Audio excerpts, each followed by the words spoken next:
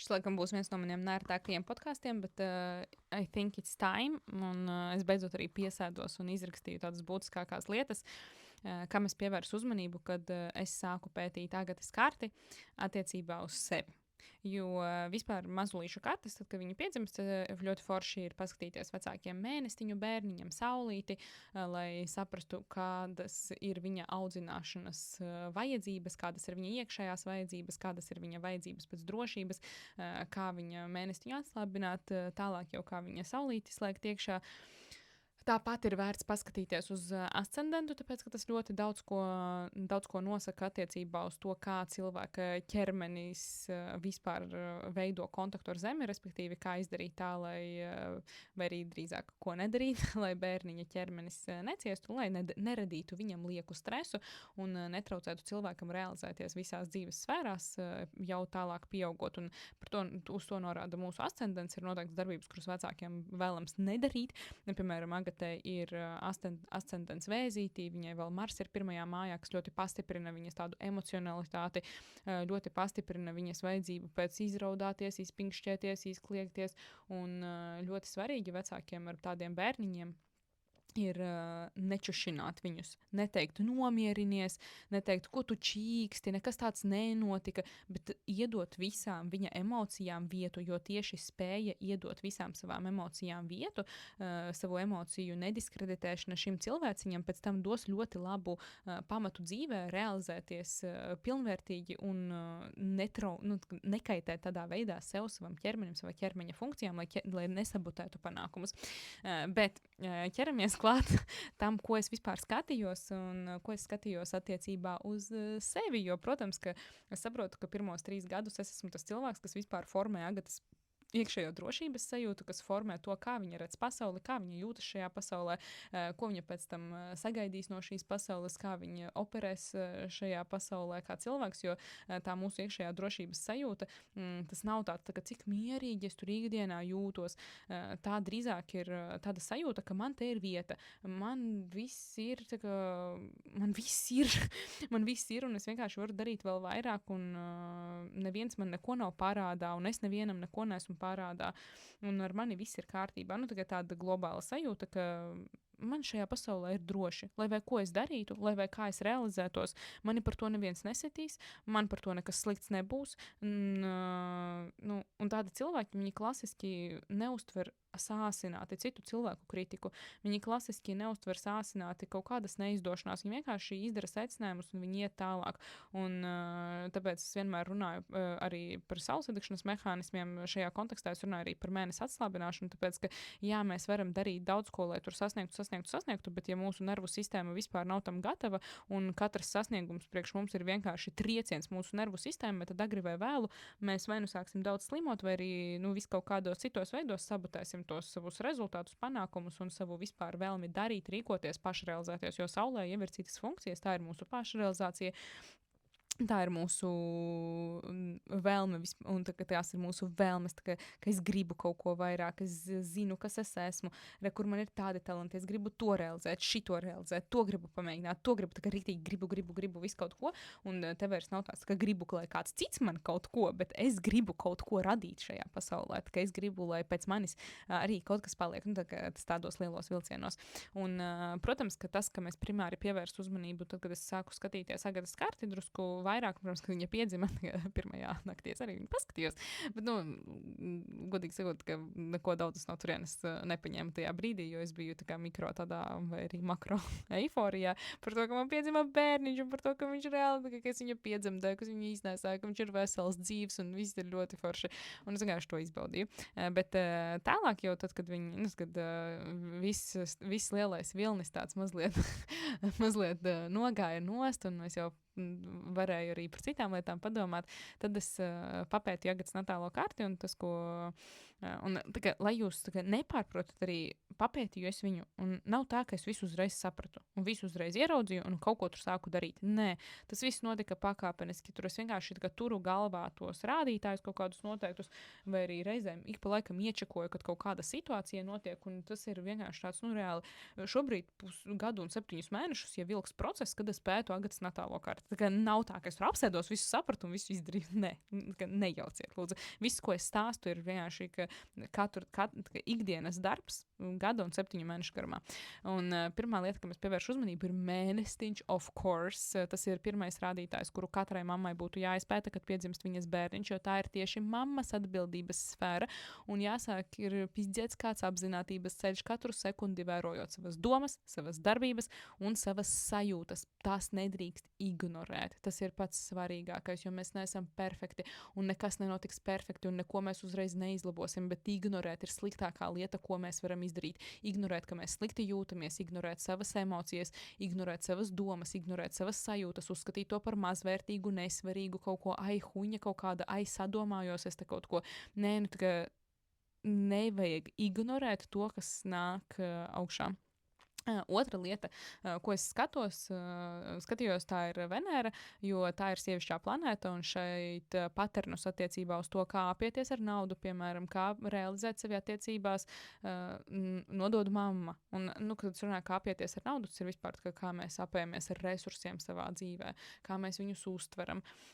Un, attiecīgi, tur var redzēt manas problēmas šajos jautājumos, īpaši, ja ir kāds saspringts aspekts, un tad trešā lieta, ko es skatos, tie ir rādītāji, kas mūsu kartē sakrīt. Tāpat mazuļa kartē var redzēt arī vecāko attiecību portfolio un iekšējos konfliktus. Tagad ir nedaudz sarežģītāk, jo jāskatās, kā savā starpā iedarbojas Mēnesis pārvaldnieks un Saules pārvaldnieks, kā savā starpā iedarbojas Mēnesis un Saule, kā Venēra un Mars. Piemēram, manā natālajā kartē, manējā nevis Agatas, Mēnesis atrodas opozīcijā Saulei, kas ir spilgta norāda uz vecāku atklātu konfliktu, ka viņi viens otru nesaprata, ka viņi atrodās tādā bezmaz vai kara stāvoklī. Un, es, piemēram, kā bērns to vispār neatceros. Manā skatījumā viņiem bija brīnišķīgas attiecības, izņemot tur kaut kādi pāris lieli strīdi tādi, kur bija raudāšana. Bet mana vecākā māsa Suzana, piemēram, atceras, viņa jau no sākuma redzēja ļoti daudz toxic traits viņu attiecībās, ko es tagad neredzēju, jo man bija diezgan liela tendence idealizēt. Tālūk. Es jums, protams, nevaru vienā podkāstā izstāstīt pilnu bildi, jo man pašai, kā situācijas dalībniekam, pirmkārt, nav ultra viegli sevi izpreparēt, bet tieši ego noņemšana, starp citu, un ieklausīšanās savas dvēseles čukstos, kā arī zināšanas par to, kāda ir Agatas karte, man palīdzēja atgriezt iekšējo spēku, sakārtot savu ikdienu un neieslīgt upura lomā un beidzot atšūties no daira un noņemt viņu no savu projektu saraksta. Tas ir ļoti, ļoti svarīgi, jo dēļ šīm lietām nereāli daudz, kas ir mainījies un turpina mainīties. Tātad, iziesim cauri, tā es jums tas sarakstīju 1, 2, 3, 4 lielos punktus, kam, 4, 5 aptuveni sanāk, kam es gribu iziet cauri, ko es gribu jums izstāstīt. Un, atcerieties, ka tie ir, nezinu, no tā, ko vēl tur var redzēt, tie varbūt ir kaut kādi, 20%.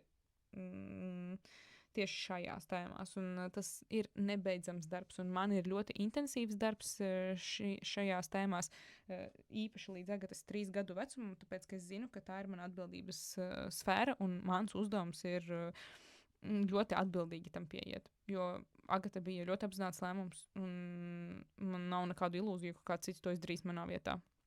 Vai arī, ka gan jau kaut kā sajies pats par sevi, man tāda ilūzija nav. Tāpēc pirmā lieta, ar ko es gribu sākt, manā Agatas natālajā kartē, ir retrogrāds Mars Slauvā. Es zinu, ka es to nepieminēju līdz galam, bet es pieminēju vienkārši tūlīt izskaidrošu, kāpēc sāku ar šo. Šis bija viens no svarīgākajiem rādītājiem, ko es sāku preparēt, jo tāds Mars Slauvā ir manai mammai, tāds Mars Slauvā ir man, un tāds pats Mars Slauvā retrogrāds ir arī Agatai. Turklāt viņš viņai ir pirmajā mājā. Tas nozīmē, ka viņš ļoti izteikti strādās, un ja es viņai neiedošu to pamatiņu, tad viņa vienkārši nesīs tālāk to vēl eskalētāk. Un tā ir tāds Mars ir viena no spilgtākajām norādēm uz to, ka vīrietis tādā savienībā ir projekts ar tādu sievieti. Viņš nekad nav pietiekami labs, viņu vienmēr vajag uzlabot, pilnveidot, un sieviete labāk zina, kā viņam ir jādzīvo. Tā darīja mana mamma pret manu tēti, kurš nekad nebija pietiekami izaudzis līdz viņas apziņas līmenim, un tā darīju arī, es Dairim, protams, ne speciāli, ne ļaunu domājot. Bet, pirms Agastas man šķita, ka vispār es tā vairs nedaru. bet tad nogurums deva savu. Es biju pārāk pārgurusi, lai turētu kaut kādas savas sajūtas under control, tagad nepamanītā kontrolē, un katrs sīkums man bija mentāla eksplozija, un, protams, nu, tas bija briesmīgi, bet paralēli tas bija ļoti forši, jo es pamanīju, cik abnormāli daudz it kā sīkumos es turpinu strādāt pie sava projekta, jo es taču labāk zinu, kā viņam jāēd, es taču labāk zinu, kādam mindsetam viņam jābūt, lai viņš varētu pelnīt big bucks, ko viņš dara nepareizi, kāpēc viņam vēl nav miljonu, un guess what? Es no viņa atpisos, un viņam, un viņam viss sāk izdoties. Pēkšņi dzīve iet uz augšu, pēkšņi sanāk, pēkšņi šādas mistiskas apstākļu sakritības, kas reāli ļoti lielas iespējas atver.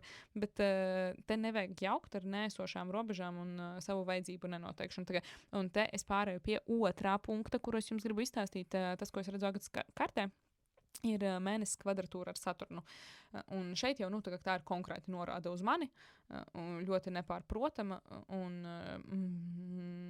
te atkal man šķita, ka ar bailēm un atbildību par savu dzīvi man ir daudz maz ok, bet izrādījās, ka sakārtots ir mazāk nekā vairāk, un te arī bija tie nevainīgie sīkumi pie vainas.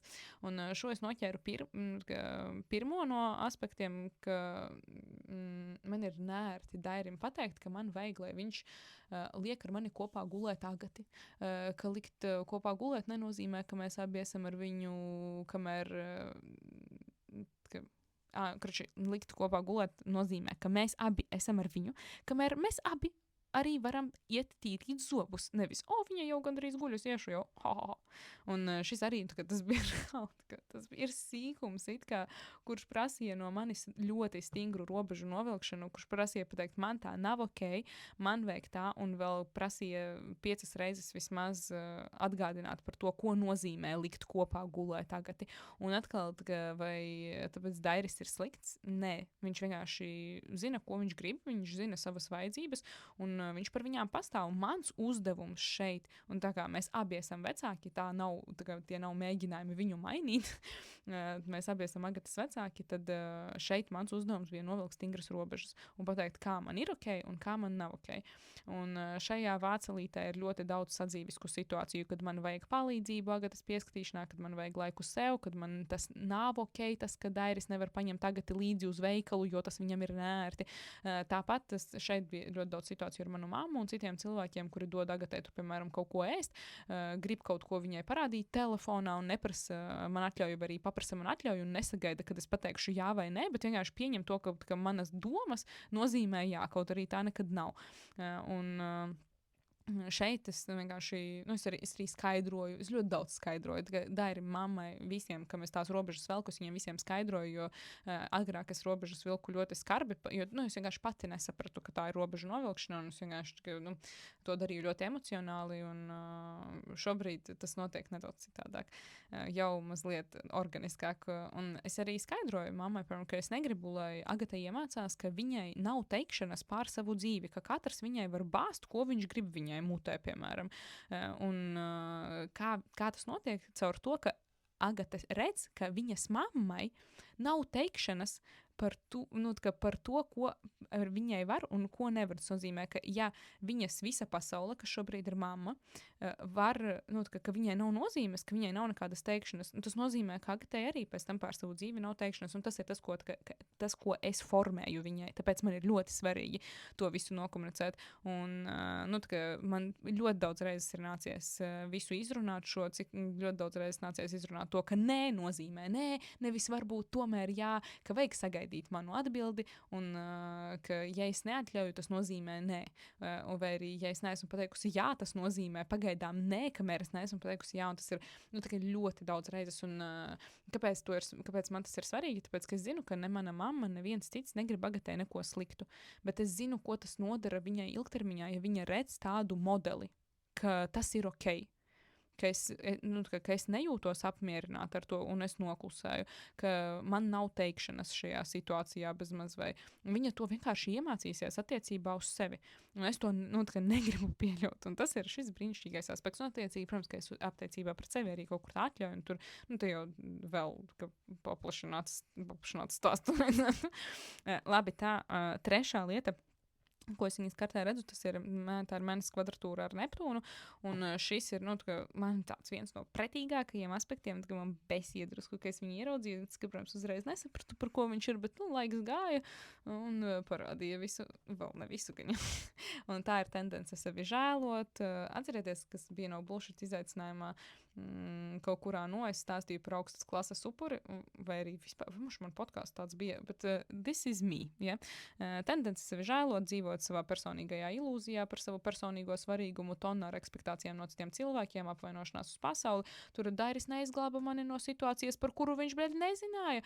Asaras un apvainošanās. Cilvēki paši neredz, ka man vajag viņu palīdzību. Ak, es nabadzīta, visiem par mani ir vienalga. Tā vietā, lai pateiktu, paprasītu, ieņemtu savu vietu šajā pasaulē, nevis visu laiku gaidīt uz citiem un viņu mecenātismu attiecībā pret mani. Un, šeit ir, man ļoti daudz tādu mikroskopisku situāciju, es nevaru viņas visas atcerēties, vienkārši, ka to globāli sajūtu, es viņu ļoti daudz kur piefiksēju, un man ļoti daudz ir izlietu asaru par šo tēmu, un ne jau tādu, arī kaut kur sevi žēlošanas asaru, bet pēc tam ļoti daudz asaru par to, ka es vispār pieļāvu tādu situāciju, un ļoti daudz analītikas, no kurienes tas viss nāca, ļoti daudz pārunu ar sevi iekšēji, un paldies Dievam, pēdējā laikā es varu arī normāli izraudāties Dairi, kas arī man ir ļoti svarīgi. Tālūk. Tā. Beidzamais punkts ir iemesls, kāpēc es visus tos fakinos sīkumus tik ļoti, ļoti pamanīju un gribēju ļoti, ļoti, ļoti risināt, jo Agatas kartē ir tāda pati kvadratūra starp Jupiteru un Saturnu, kāda ir manā kartē, kas pie tādas etapa, kā bija viņas dzimšanas brīdī, pie tādas manas attieksmes pret dzīvi, Daira attieksmes pret dzīvi, novestu dzīvē tālāk pie tā, ka tas, ko viņai patīk darīt, kur viņai ir drives, kur viņai ir ambīcijas, vēlme pēc paplašinājuma, tur nav stabilitātes, tur ir pārāk bīstami, tur nav droši un šaubas par to, vai vispār es tur iznestu to, es spēšu to iznest. Savukārt tur, kur to šaubu nav, kur ir tā stabilitāte, tur nav ne drive, ne ambīciju, un tur nav saskaņas ar vērtību sistēmu, un to vienkārši negribas darīt. Rezultātā cilvēks neprot ne sevi slavēt, baidās pat domāt par lieliem mērķiem, un tieši šķiet ne viņam domāti, jo nav pa spēkam. Es biju 100 reizes tādās krustcelēs. Šī iemesla dēļ es pēc vidusskolas neiestājos uzreiz juristos, bet aizgāju sabiedriskajām attiecībām. Tāpēc man prasīja iekāpt gigabailes, lai aizietu no gigabailēs, lai aizietu no biroja un noticētu savai idejai, ka astroloģija man sanāks, ka es varēšu ar to arī sevi nodrošināt. Tāpēc tagad man ir pizdēts grūti iet iekšā zīmola personalizācijas nišā, jo es redzu vīziju, jo es zinu ambīciju, ka es zinu, ko es tajā gribu visā sasniegt, bet man ir milzu šaubas, milzu bailes, ka varbūt pasaulē to nemaz nevajadzēs. Un, tāpēc, starp citu, es ļoti atmetu savu ego un komunicēju ļoti daudz cilvēkiem, kaut arī esmu baigā izņemta, kaut arī es tur jau daudz ko esmu sasniegusi, izdarījusi. Jo man ir svarīgi saprast, kā padarīt savu piedāvājumu interesantu un reāli vajadzīgu un mainīšu es to piedāvājumu tik reizes, cik vajadzēs, kamēr es to atkodīšu. Un šīs visas lietas, man tas nenāk dabiski. Tas nav, tā nav mana automātiskā reakcija. Mana automātiskā reakcija ir padoties, mana automātiskā reakcija ir aizvērt prom. Man automātiskā reakcija ir nelīst tur iekšā, man automātiskā reakcija ir, es visiem atgriezīšu naudu un beigšu šito visu pasākumu un vienkārši kaut kur ielīdīšu alā. Tā ir mana automātiskā reakcija, lai uz to reaģētu šādi, citādāk pieietu pilnīgi no citas puses. Man ir ļoti jāpiedomā, tas ir vienkārši ar praksi jau izkopts, un es gribu to izkopt vēl vairāk un vairāk un vairāk. Jo, kā es varu palīdzēt atrisināt to Agatai, pirmkārt turpinot izturēt nenoteiktību un to, ka nevis uzreiz fano par visu jauno, ko es izdomāju, man pašai jāaplipina citus ar savu uguni, un tad būs arī reāls materiāls rezultāts un tā stabilitāte, ko es tā gribu ar savu nodarbošanos, un lai cilvēki viņu saprot, lai cilvēki mani saprot, lai tas, kur man ir tas drives, kur man ir tā ambīcija, lai tas ir arī pieprasīts no pasaules, lai tur ir materiālā realizācija, lai tur ir man pārliecība, ka es to varu, ka es to iznesīšu, vai arī vienkārši turpināšu nepārliecināti, bet darīt, jo es gribu to modeli nodot viņai. Un otra lieta, Ko es varu darīt, ir atrisināt ideoloģiskus konfliktus starp mani un Dairiju, jo Saules pārvaldnieks Agatē ir Saturns, un Mēnesis pārvaldnieks Agatē ir Jupiters, un viņi abi divi atrodas kvadratūrā. Attiecīgi, tas nav tiešs konflikts, jo tas nav aspekts saspringts starp Sauli un Mēnesi, bet jo mēs arī ar Dairu ļoti labi viens otru jūtam, mēs ļoti daudz runājam, mēs tiešām abi divi strādājam pie attiecībām, mums nav ilūziju, ka visam ir jānotiek vienkārši kā pa sviestu pašam par sevi, bet tas bija un noteikti vēl kādā mērā ir slēpts konflikts ideoloģiskā līmenī, vērtību līmenī, kas risinās tieši caur to robežu novilkšanu, caur izkāpšanu no upura lomas, jā, arī augstas klases upura lomas, un tie ir tieši tie divi Mēnesi aspekti, ar kuriem man ir ļoti svarīgi strādāt, un es domāju, ka es vēl diezgan daudz viskaut ko atklāšu šajā procesā, vienkārši dzīvojot uz priekšu, Agatē pieaugot, kurā brīdī viņa sāks runāt, sāks taisīt vēl visādas prikuliņas, kas izvilks no manis ārā jaunu vajadzību. Viņam iedarbosies ar citiem cilvēkiem, tur atkal parādīsies vēl citi kontakti, vēl citi konflikti iekšēji ārēji, kurus es ieraudzīšu. Good luck to me. Es ceru, ka jums bija noderīgi šo redzēt, un es iesaku tiešām katrai mammai tā paskatīties uz bērniņa karti un tiešām iedziļināties nevis tajā bērniņā, ko viņam jādara, ko klasiski cilvēki dara, kad viņi iet pie astrologa attiecībā uz saviem bērniem, kādi viņam tur talanti, kur man viņu ievirzīt, ja kādos pulciņos man viņu aizsūtīt, tas nav nesvarīgi. Bet es tiešām uzskatu, ka tādā mazā vecumā bērniņam un palielam arī, kamēr bērni dzīvo kopā ar vecākiem, vecāki var palīdzēt, un arī pēc tam palielam var palīdzēt ar noteiktām situācijām tikt galā viņam vieglāk tikai tāpēc, ka viņam ir piemērs.